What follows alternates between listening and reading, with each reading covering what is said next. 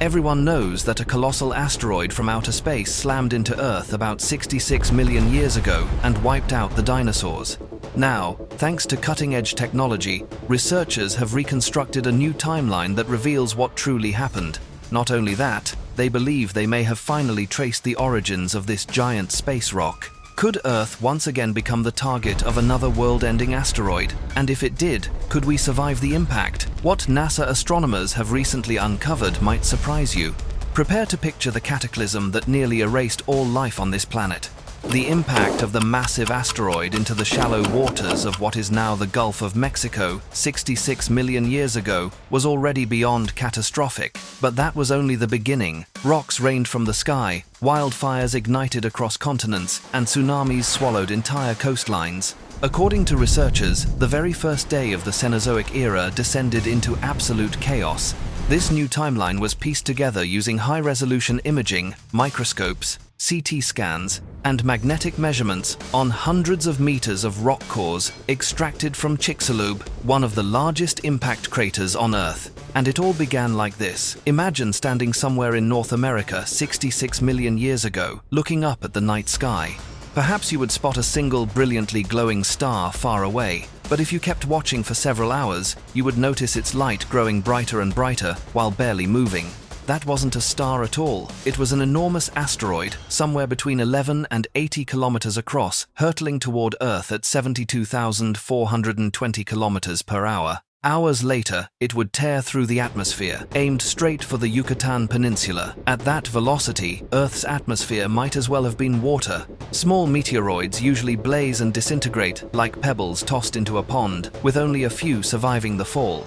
But Chicxulub was the size of a mountain. It ripped through the entire 100-kilometer thick atmosphere in just 3 seconds.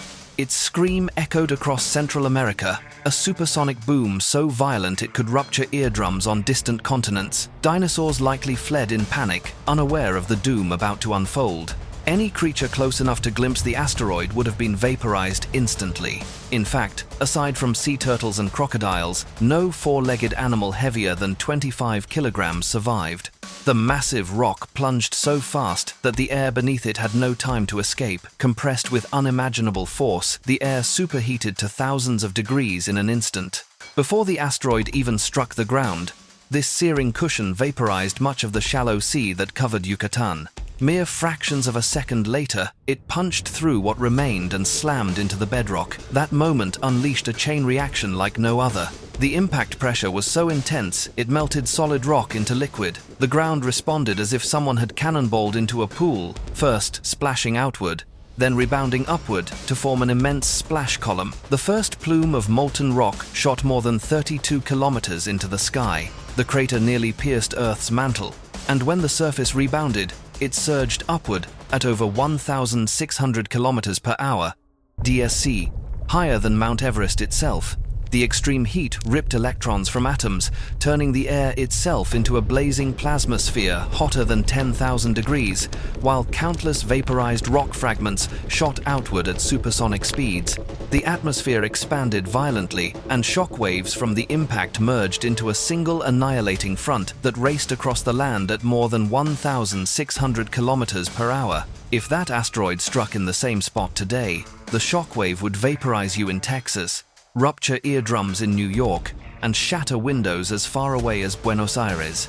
The collision made Earth ring like an enormous bell. Seismic waves radiated outward from ground zero at 4 kilometers per second, triggering earthquakes across entire continents.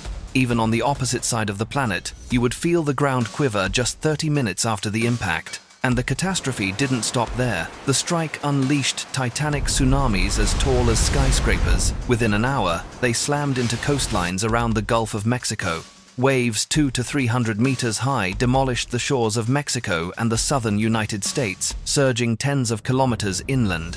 These tsunamis then pounded the eastern seaboard, and 6 hours later, walls of water, more than 180 meters tall, swept across Europe, Africa, and the Mediterranean. In just 15 hours, the oceans had reached every corner of the planet. As apocalyptic as that sounds, worse was still to come. The impact hurled an estimated 25 trillion tons of rock into ballistic trajectories, some pieces reaching speeds that exceeded Earth's escape velocity. fragments shot beyond Earth's gravity, some circling the sun, and possibly even reaching the moon. Yet most of this debris rained back down within the hour. These glassy projectiles, known as tektites, ranged from marble-sized to bus-sized, and re-entered the atmosphere at staggering speeds, ns, between 160 and 320 kilometers per hour. Any dinosaurs that somehow survived the first onslaught now faced a global firestorm, but the tektites didn't even need to strike them directly to kill. As they screamed back through the sky, friction superheated the air, radiating enough thermal energy to set Earth's surface ablaze. Some estimates suggest this incandescent storm turned the entire planet into a colossal broiler. Most of the world's forests were incinerated.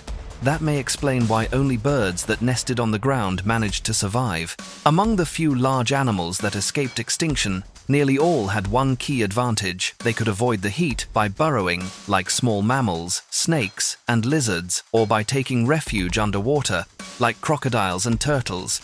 One final misfortune for the dinosaurs was the asteroid's unlucky landing site, an area rich in oil and sulfur.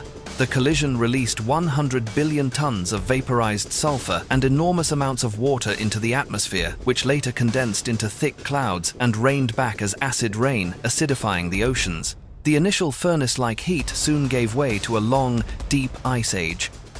Global temperatures plummeted by nearly 50 degrees.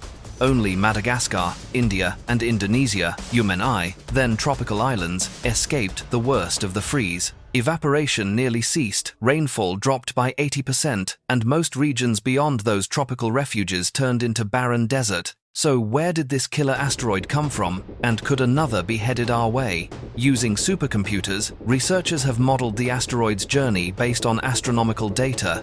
Avi Loeb and Amir Siraj propose that the Chicxulub impactor most likely originated in the Oort cloud, IC8, a vast shell of icy debris at the edge of the solar system. It may have started as a giant comet, pulled off course by Jupiter's immense gravity, nudged toward the Sun, and then shattered into fragments. These fragments can cross Earth's orbit and trigger impacts roughly every 250 to 730 million years. According to this research, the question is no longer if Earth will be struck again, but when.